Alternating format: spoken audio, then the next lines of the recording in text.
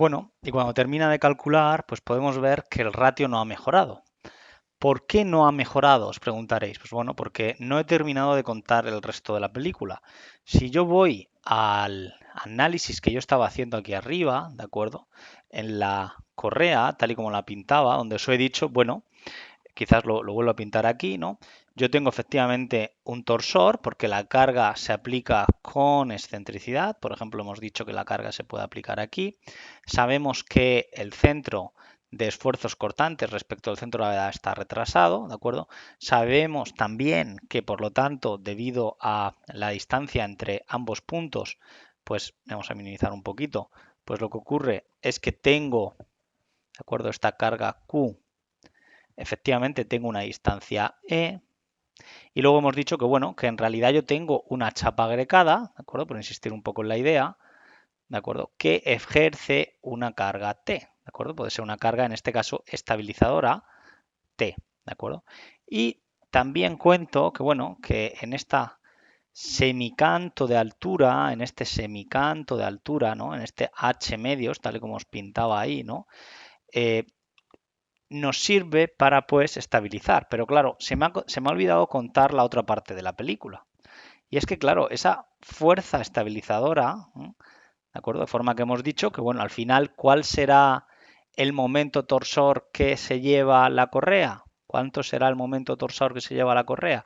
Pues el momento torsor que se lleva la correa, hemos dicho que era igual a la carga transversal por su excentricidad, ¿de acuerdo? Si no considero la chapa, ese sería todo el torsor, pero si considero la chapa, hemos dicho que tenemos que restar el T por H medios, ¿de acuerdo? Y entonces, que aparezca ese T, hay algo que no he terminado de contar aquí. Y es que ese T tiene una consecuencia. ¿Qué? Que tiene que estar en equilibrio. Y por lo tanto, la correa no es que solo vaya a aguantar efectivamente ese torsor de reparto en función de la chapa y la correa, sino que en función de la, como digo, de la fuerza T, lo que va a aparecer es una fuerza horizontal, va a aparecer una fuerza horizontal también T, ¿de acuerdo? Porque tiene que estar en equilibrio, ¿de acuerdo? Cuando dé las fuerzas horizontales, T será igual al T que me ayuda la chapa. ¿Y eso qué va a provocar? Pues va a provocar momentos, y es lo que estábamos viendo ahí, momentos de eje Z, momentos de eje Z. ¿Qué es un momento de eje Z? Un momento de eje Z es ubicar el dedo gordo de la mano derecha en Z y giro. Ese es un momento de eje débil. Este será un momento, como digo, MZ, ¿no? Entonces, fijaos, este MZ, ¿por qué aparece? Aparece porque la chapa restringe lateralmente la torsión que ejerce la excentricidad de la carga. La restringe en función de la rigidez de la chapa, proporcionalmente restringirá parte la chapa y parte la correa, ¿no? Lo que es resistido por la correa se resistirá por estos mecanismos, ¿no? Pero el que exista la chapa y aparezca esa fuerza T implica que también tiene que aparecer una carga T en la correa y por tanto aparecerá un momento MZ. Y fijaos que cuando yo miro aquí veo que aparece MZ. Volvemos a lo mismo, voy a parámetros, quito el cortante, ¿de acuerdo? Le doy a calcular y vais a ver que yo no tengo MZ en la correa. Voy al gráfico, el fallo no es por MZ, MZ0. Voy al gráfico y veo que en MZ no tengo, esto es numérico, 0.00, no tengo MZ. ¿Por qué no tengo MZ? Pues que no tengo la chapa. Si yo coloco la chapa, ¿de acuerdo? Y la restrinjo en el ala superior, parámetros conjunto de barra, panel de cortante en la chapa trapezoidal en el ala superior, le doy a calcular y ahora aparece el MZ. Voy a gráfico y veis el MZ debido a la ley de arriostramiento que le provoca la chapa en esta correa. ¿De acuerdo? También lo podéis ver en el cortante VI. Ahí estáis viendo por decirlo de una manera, las fuerzas por metro lineal que está resistiendo la chapa. Fijaos, 0,90 y 0,90 kilonewton. Hay un salto justo en este apoyo que tiene que tomar la chapa, ¿de acuerdo? Por esa discontinuidad, en este caso en realidad sea por el apoyo, pero veis un poco el diagrama de cargas VZ y por tanto MZ.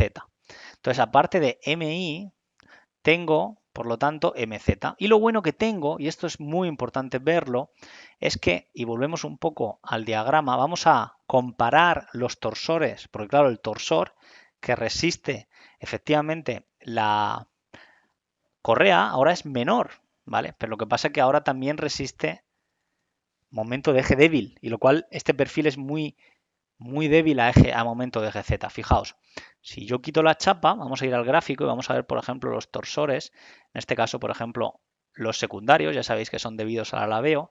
Ahora tengo la chapa. La voy a quitar y vais a ver cómo esos torsores, ese 0,14 más 0,14 o ese 0,18, suben. Quito aquí la chapa, le doy a calcular y vais a ver cómo esos torsores, como estoy diciendo, suben 0,21, 0,20, 0,20. Por tanto, los torsores suben, pero lo bueno es que no tengo resultados, no tengo MZ. ¿Vale? Aquí no tengo chapa. Ahora, si habilito la chapa y la chapa arriostra lateralmente, inevitablemente debe de aparecer por equilibrio en la sección un momento de eje Z. Cuando yo le doy aquí, ¿de acuerdo? Insisto un poco para que veáis los torsores, ¿de acuerdo? 0,21 sin chapa, ¿de acuerdo? Es el torsor teniendo en cuenta el séptimo grado de libertad, la veo, ahí lo veis, 0,21, le meto la chapa, le doy a calcular y vais a ver cómo los torsores bajas, 0,21 frente a 0,14. Pero a cambio, ¿qué ha aparecido? Ha aparecido a cambio un momento de eje Z, ¿de acuerdo? Bueno, y además, ¿qué podríamos pensar? Imaginad, ¿qué pasa si yo el arriostramiento no lo hiciese en el ala superior? Si lo hiciese aquí, os podéis imaginar que al no tener par, porque no tengo una distancia, no me va a resistir el torsor. Es decir, yo podría haberle dicho, parámetros de cálculo, que la chapa trapezoidal va en el centro de gravedad, ¿de acuerdo? Podríamos haberle dicho que la quiero en el centro de gravedad. Cuando la ubico en el centro de gravedad, evidentemente no aparece, MZ, pero lo que pasa, ahí veis el MZ es 0, pero es que toda la torsión, aunque yo ponga la chapa, la tiene que tomar el perfil, porque no tengo ese par resistente, ¿de acuerdo? Bueno, entonces es importante entender estos mecanismos. Entonces podríais decir, bueno, Manuel, me interesa arriostrar con la chapa, pero el mecanismo no va a ser un muelle como el que has pintado tú ahí. El mecanismo va a ser, el mecanismo resistente de la chapa agregada con la correa va a ser una restricción a momento. ¿Cómo una restricción a momento? Pues yo tiraré por aquí mi chapa, ¿de acuerdo? Y vemos mi chapa agregada, en la cual cuando la correa, por decir una manera, por la forma en la que se aplique la carga, imaginamos que, bueno, que el apoyo en realidad se hace en todo el ala, pero suponemos que, como hemos dicho, que la carga, vamos a suponer que se aplica aquí, ¿de acuerdo?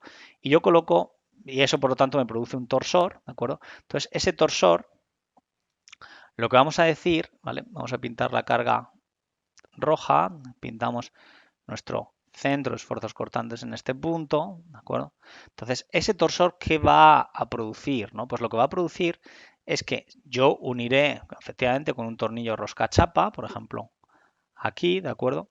Entonces, ¿cómo será el mecanismo de transmisión de fuerzas? Pues bueno, lo que pasará será que habrá, y a ver si lo sé pintar, una zona donde, bueno, más o menos se intente apoyar, ¿de acuerdo? Por decirlo de una manera, cuando esto quiera girar, tendré una zona de empuje de la chapa, me lo voy a pintar de una manera así, ¿de acuerdo? La chapa por su continuidad, ¿de acuerdo? Entonces lo que soy capaz de producir es una restricción a giro en el ala superior, ¿de acuerdo? Justo en el centro de gravedad. ¿Por qué? Porque este cogerá a través del contacto la compresión, contacto chapa con el ala labio, y a través del rosca chapa cogeré efectivamente la tracción que estamos comentando, ¿de acuerdo? Yo pintaré en este caso a través de la tracción del rosca chapa, aquí T, efectivamente ese par que estoy comentando, ¿de acuerdo?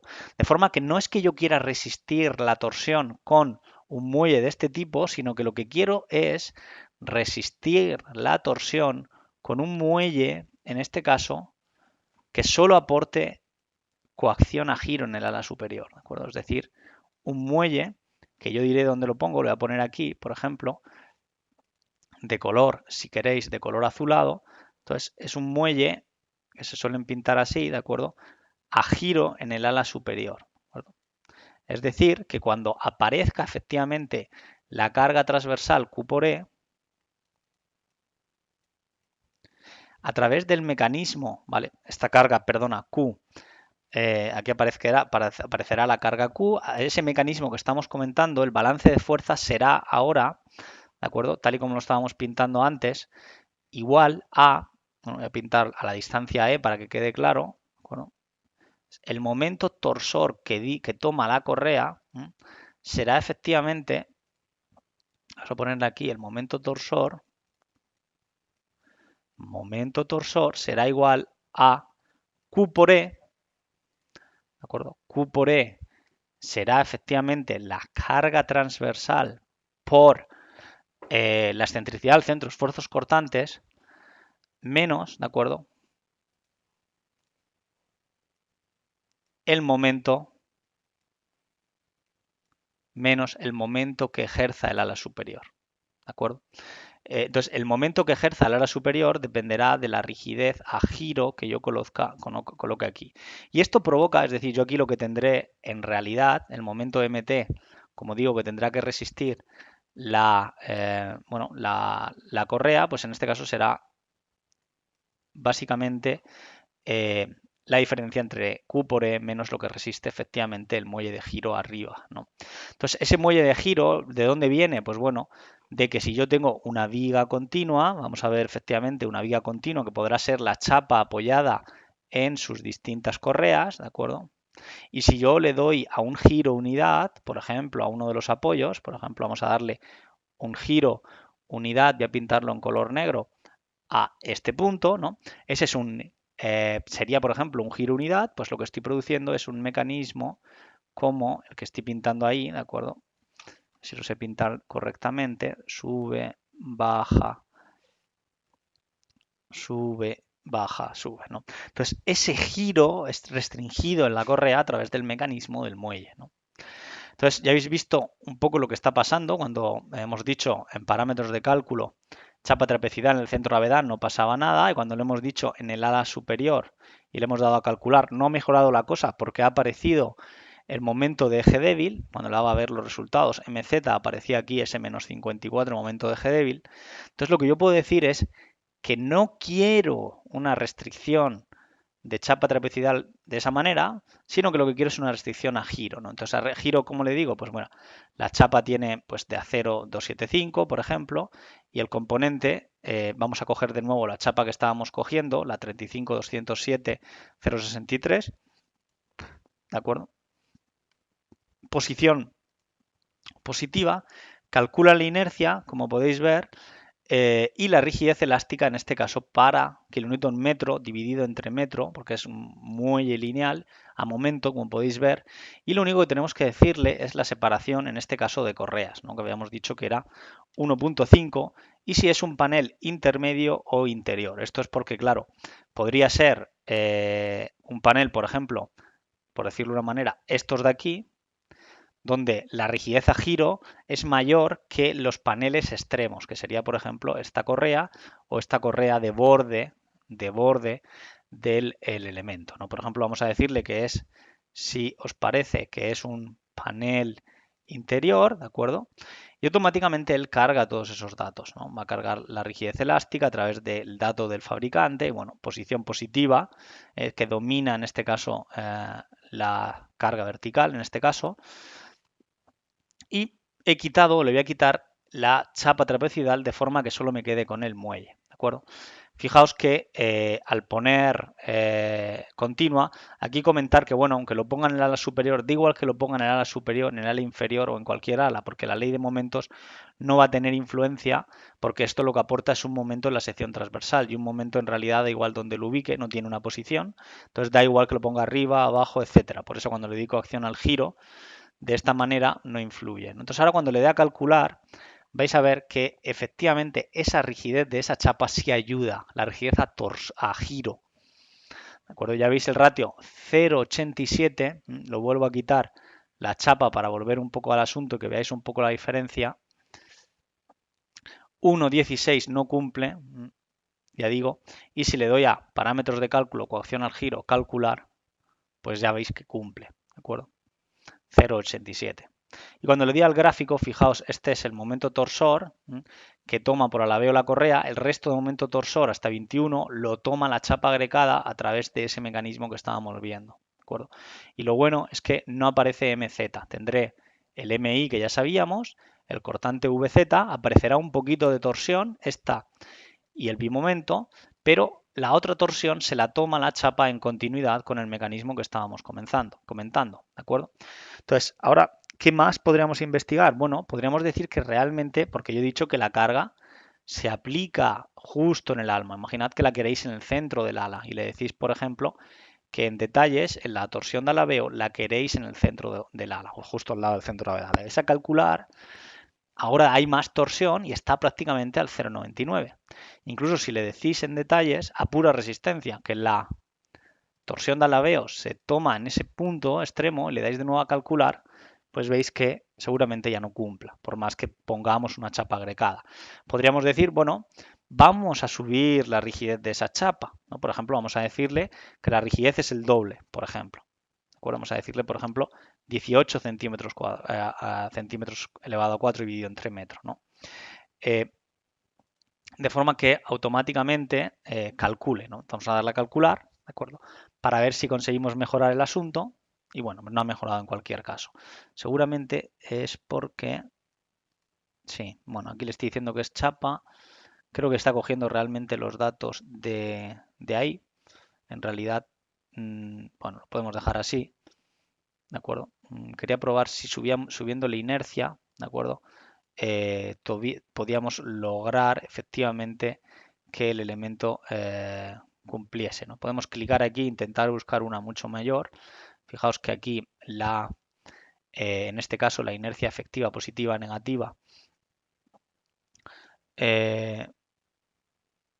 de acuerdo, vamos a intentar coger una chapa mayor, como digo, vamos a coger por ejemplo esta que es de 50, también del mismo espesor, o por ejemplo esta que es mucho mayor, ¿no? Le damos a aceptar, simplemente para ver cómo, fijaos la inercia cómo ha subido, para que intentéis ver un poco la diferencia, ¿no? Y bueno, pues mejora, pero tampoco en exceso. Se ve que la torsión es excesiva en este elemento, ¿no? Aquí, efectivamente, la separación de correas quizás también podría ayudar, etcétera, ¿no? Vamos a quizás volverlo a cargar por si fuese un tema de actualización.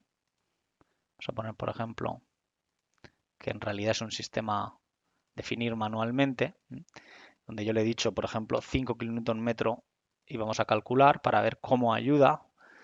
Entonces, bueno, ahí sí que cumple y si le doy, por ejemplo, de nuevo 3 y le doy a calcular, pues no cumple. Esa es la rigidez a giro, un poco que yo le podría introducir ahí por la continuidad de la chapa, ¿vale?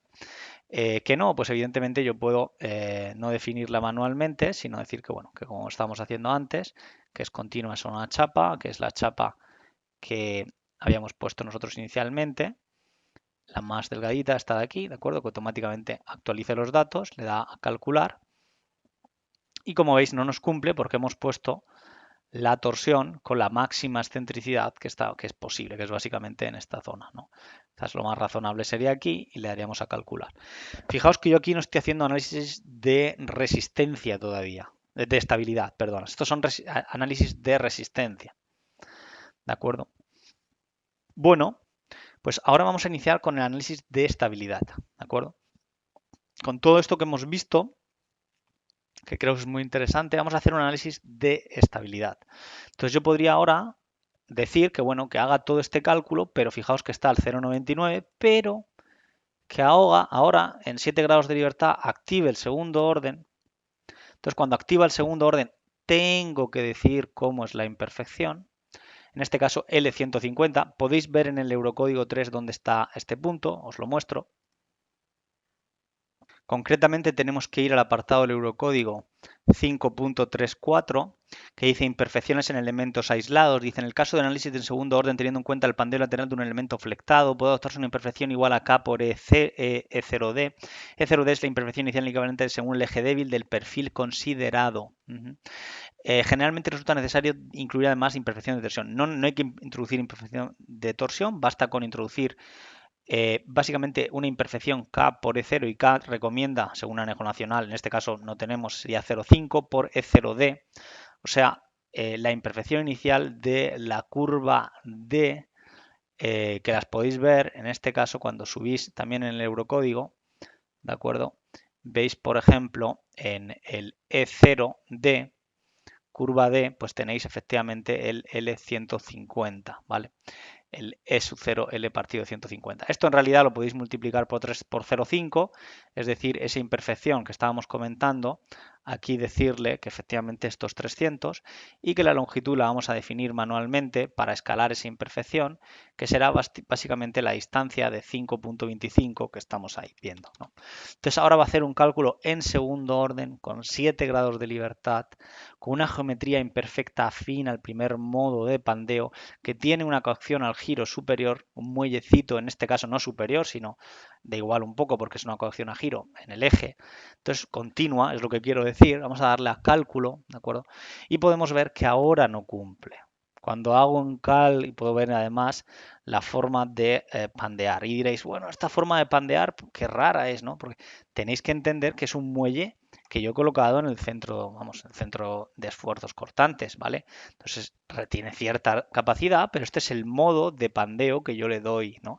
Entonces yo lo que hago es esta carga, esta correa, yo la supongo imperfecta de esta manera, ¿de acuerdo? Y entonces le aplico la carga transversal. Pensad cuando, para que entendáis muy bien todo eso, en el puente Euskalduna, aquellos que seguramente lo habrán visto, el puente Euskalduna, ¿qué pasa cuando yo tengo, por ejemplo, un apoyo de horquilla? Me vais a perdonar, ¿vale? Bueno, aquí he perdido pues muchas de las cosas que yo tenía por aquí, pero bueno, vamos a hacer un nuevo, archivo nuevo, ¿vale? ¿Qué pasa cuando yo tengo el puente Euskalduna? Pues bueno, el puente Euskalduna es un puente curvo, ¿verdad? Yo tengo aquí un apoyo de horquilla y aquí tengo otro apoyo de horquilla, ¿de acuerdo? Mi eje teórico de la barra será, o vamos, el eje teórico de la barra, vamos a ponerlo en negro, vamos a ponerlo en lineal, ¿de acuerdo? Entonces yo uno, efectivamente, todos estos puntos, ¿de acuerdo? Tienes este punto aquí y tienes este punto aquí. ¿De tienes ese punto ahí y ese punto ahí. Ese es el eje. Pero cuando yo le doy una geometría imperfecta, como la que estamos viendo ahí, es decir, que yo lo que hago es que le doy, imaginad, esto es en el plano, voy a pintarlo para que quede claro, será el plano, por ejemplo, Y, pintarlo aquí el eje Y, este será el plano eje Z, ¿de acuerdo? Y este evidentemente será el X, ¿de acuerdo? Forma que Y a Z me da X, o lo que es lo mismo, de X a Y me da Z, ¿no?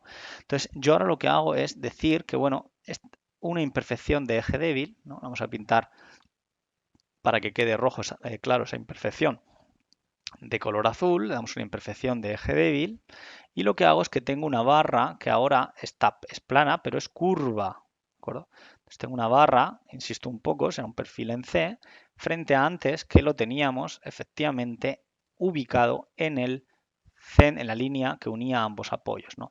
¿Y ahora qué pasa? Pues lo que pasa ahora es que yo ubico la carga con una, digamos, aplicada, hemos dicho, en el centro de gravedad, más o menos, pero fijaos que esa carga en este punto, esto es como un plátano, lo apoyáis en este punto y en este punto, y ejercéis una carga en el centro, ¿qué va a pasar? Pues que estos puntos se quieren levantar, o lo que es lo mismo, van a aparecer unas reacciones de impedir este levantamiento hacia arriba.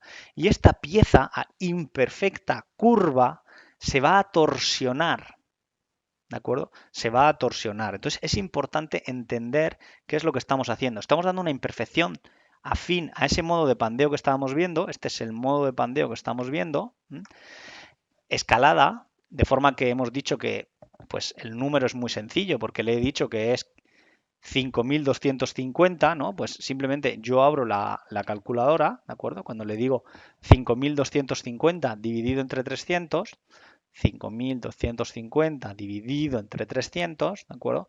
¿Qué es lo que veo? 17,5 milímetros. 17,5 milímetros. Es decir, lo que tenéis que ver cuando veis esta forma es que eso rojo que estáis viendo ahí son 17,5 milímetros. 17,5 milímetros. 17,5 milímetros, ¿de acuerdo? Porque lo estamos escalando. Y ahora hago un cálculo como el que estáis viendo. Estos son Os lo he dicho ahí, 17,5 milímetros, ¿de acuerdo? Con este número que hemos hecho, ¿vale? Que es básicamente los 5.250 dividido entre 300. Por tanto, 17,5 en este caso milímetros, ¿vale? Eso produce efectivamente un torsor que tendrá que ser resistido, ¿no? Entonces, cuando yo he aplicado un cálculo en segundo orden, con 7 grados de libertad, con imperfección afín, con la carga ya además excéntrica, recordad que en detalle yo le he dicho que la carga está aplicada en el centro de gravedad, pues fijaos que no me cumple, ¿de acuerdo? Fijaos que no me cumple. Esto es un cálculo de lo más complejo que podéis llegar a hacer, ¿no? Entonces, ¿cómo podríamos actuar? O realmente actúo sobre los datos de la chapa, ¿de acuerdo? De forma que introduzco efectivamente la, pues bueno, la inercia que es, etcétera, etcétera. O introduzco, si así lo queréis, la rigidez a muelle. Por ejemplo, le decís que realmente es manual, ¿de acuerdo? Y le decís que la rigidez a muelle, por ejemplo, son 5 kN por metro, entonces calculáis y veis cómo ayuda la chapa agregada efectivamente a resolver ese problema. Pero ya veis que, claro, le introducís este dato y diréis, pues bueno, ese dato, ¿cómo lo calculo? Pues en realidad ya veis cuando lo decís a chapa agregada, pues cómo se calcula. Realmente hay que coger datos de la chapa, el espesor y por tanto la posterior inercia, ¿no? Por ejemplo, vamos a probar esta de aquí, ¿no? Eh, le decimos que aquí, porque parece que no termina de actualizar la rigidez, ¿de acuerdo? Aquí parece que no termina de actualizar la rigidez. Por aquí podéis definir efectivamente el detalle de la unión. Todo esto está un poco especificado en función del ancho del valle del solape. Esto lo podéis ver también en Eurocódigo 3.1 parte 3, de forma que le definís efectivamente ese valor. Vamos a ver si mejora, ¿de acuerdo? Y veis como sí, bueno, el ratio es igual a 0,92. O sea, la chapa tiene influencia, ¿no? Ya digo, aquí podéis en principio tocar o ponerlo manualmente y pues definir efectivamente el muelle total a giro y será suficiente, ¿no? Le hemos puesto 3 y no cumplía, si no recuerdo mal. ¿De acuerdo? Vamos a ver, 0,89 si cumplía, entonces pues ahí podéis ver el valor, ¿no? Incluso, ya digo, os puedo en otro vídeo explicar cómo calcular en un modelo muy sencillo ese muelle en detalle, ¿no? Pero bueno, ahí veis el cálculo, ¿de acuerdo? Bueno, entonces esto es básicamente todo lo que yo quería explicar de cálculo, en este caso a torsión de alabeo, 7 grados de libertad y segundo orden, ¿de acuerdo? Ahí lo veis. Si yo, y además el modelo afín, ¿de acuerdo? Habilitar aquí estabilidad, me lo voy a aceptar, ¿de acuerdo? En principio no me aporta nada, porque ya digo, ya lo estaba haciendo antes, como estaba anteriormente, ¿de acuerdo? Digo, porque a veces me preguntan, ¿no?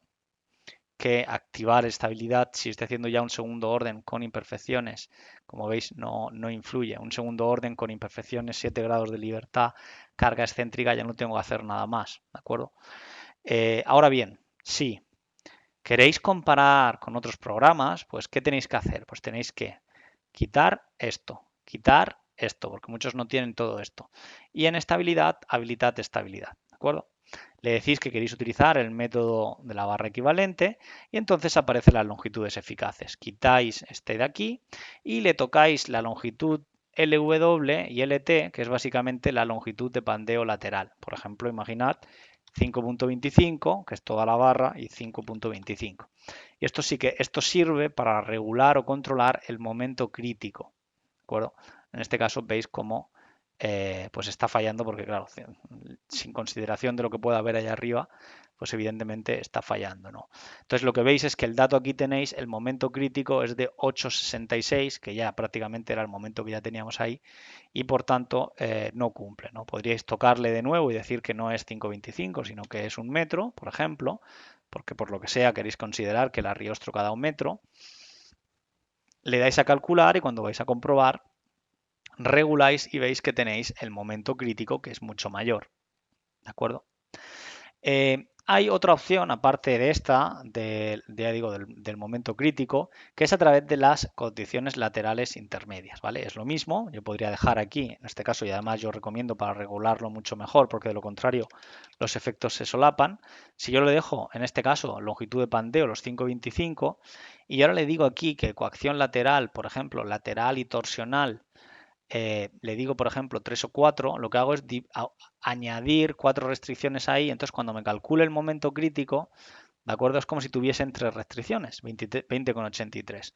Si yo le digo nada de restricciones, o le quitáis las restricciones laterales, como estamos diciendo, el momento crítico son los 80 que estamos viendo, 66, ¿no? Que le añado una restricción justo a la mitad, pues ya tenéis una restricción justo a la mitad y el momento crítico es de 10,46. Esto es lo mismo, colocarle restricciones laterales, que regularlo a través de la longitud eficaz y decirle pues que es 2.75, 2.65, por ejemplo, 2.65, 2.65. Es lo mismo que decirle que esa es la longitud de pandeo. El momento crítico debería de ser lo mismo, 10.04 más o menos. 10.04, le vuelvo a dejar la longitud como era y la activo ahora en coacciones laterales solo una y veis que el momento crítico más o menos 10.46 es lo mismo, ¿vale? Entonces esto es muchas veces cuando queréis comparar con otros programas la forma de actuar, ¿no? Ahora, si lo que queréis es hacer un cálculo especial en estas barras, quitaréis esto de aquí, le diréis torsión de alabeo, segundo orden, ubicaréis la carga donde esté, diréis la imperfección que tenéis que ubicar, escalada a qué valor, podréis controlar la rigidez a giro o la eventual panel de cortante con el efecto que ya os he comentado, le daréis a calcular y diría, pues en este caso, que cumple. ¿Que no cumple? Pues seguramente es porque tenéis que tocar la rigidez a giro. Y ya digo, en otro vídeo, si queréis, hablamos un poco más de todo, de cómo retocarle esa rigidez a giro, ¿de acuerdo? Aquí hay algo que he tenido que hacer mal.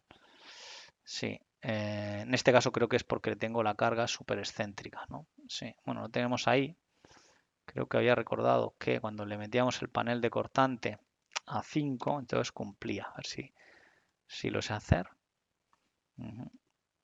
Y a ver cómo es el modelo afín.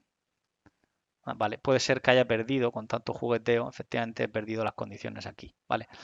Recordad que he perdido estas condiciones, entonces por eso me estaba fallando, ¿no? Quito el UX, en el 5 hemos dicho también quitamos el UX, efectivamente, y aquí pues le ponemos, ya sabéis que un pequeño muellecito para que os deje, porque si no se pone, pero ya digo, es muy pequeño lo que podéis poner, por ejemplo, 1, 1 y 1, ¿de acuerdo? Para tener en cuenta todo esto, vamos a calcular y pues en este caso, como veis, no cumple, ¿no? Creo que era, inicialmente habíamos puesto aquí 10, si no recuerdo mal, 10, 10 y 10, ¿de acuerdo? Además, sin excentricidad, podría meterle, si así lo deseo, algo de excentricidad. En este caso, como veis, bueno, pues no cumple, ahí veis la forma de pandear lateralmente y el motivo de por qué no cumpla 5 es porque creo que en torsión de alabeo, segundo orden, ubicada ahí, entonces sí me cumplirá, ¿vale? Efectivamente, así es. ¿De acuerdo? Bueno, pues estos son básicamente las formas de trabajar y el diseño de las correas, ya habéis visto. He acabado únicamente haciendo torsión de alabeo, segundo orden, carga centrado en el centro de gravedad. Estos puntos coinciden con el centro de gravedad.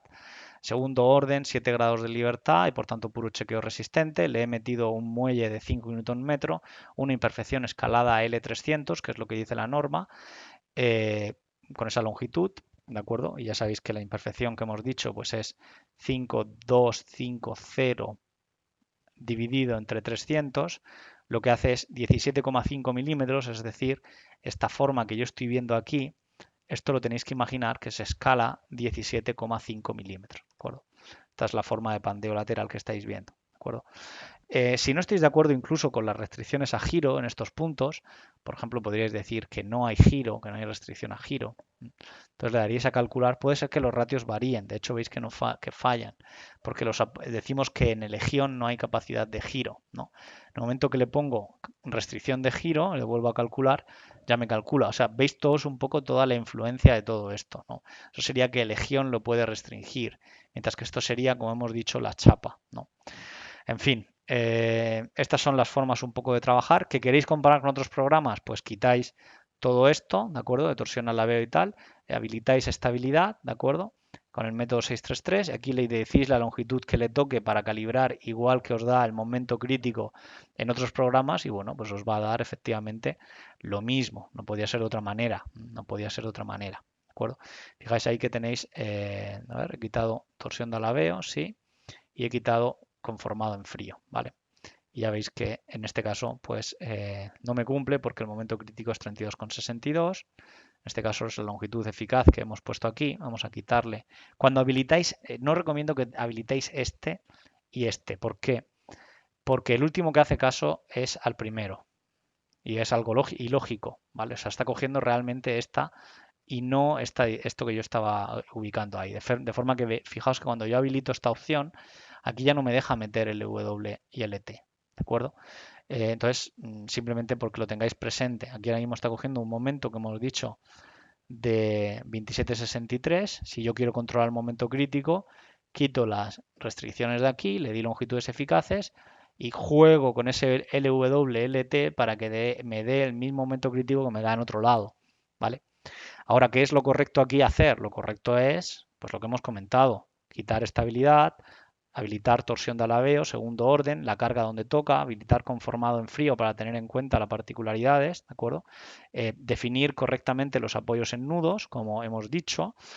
¿Por qué quito la restricción en X? Porque aquí no tengo compresión, pero si tuviese compresión es necesario que la compresión esté en toda la barra y no solo, y si lo apoyo todos los nudos no va a haber compresión, ¿no? Y aquí hemos dicho, pues para un pequeño muellecito, 10, 10 y 10, ¿no? Y bueno, pues esto es un poco lo que hemos dicho. En conjuntos de barra, pues ahí lo hemos dejado con la rigidez de 5 y así es como podéis ver o valorar efectivamente el comportamiento de estas correas, ¿vale? Resistencia, servicio, ¿no? Podéis verlo todo tal y como deseáis. Espero que haya quedado claro. Cualquier duda, pues ya digo que aquí en resultados pues podéis evaluar efectivamente el torsor de alaveo, ¿vale? Veis como ahí en cada punto es porque efectivamente va tomando, igual que el bimomento, va tomando ese muelle que yo he colocado ahí. Veis el momento MI, el cortante VZ y ese torsor por la excentricidad está siendo tomado por los egiones en última instancia, pero también por la chapa que apoya en todos los nudos de elementos finitos. ¿De acuerdo? Bueno, espero que haya quedado claro. Un abrazo.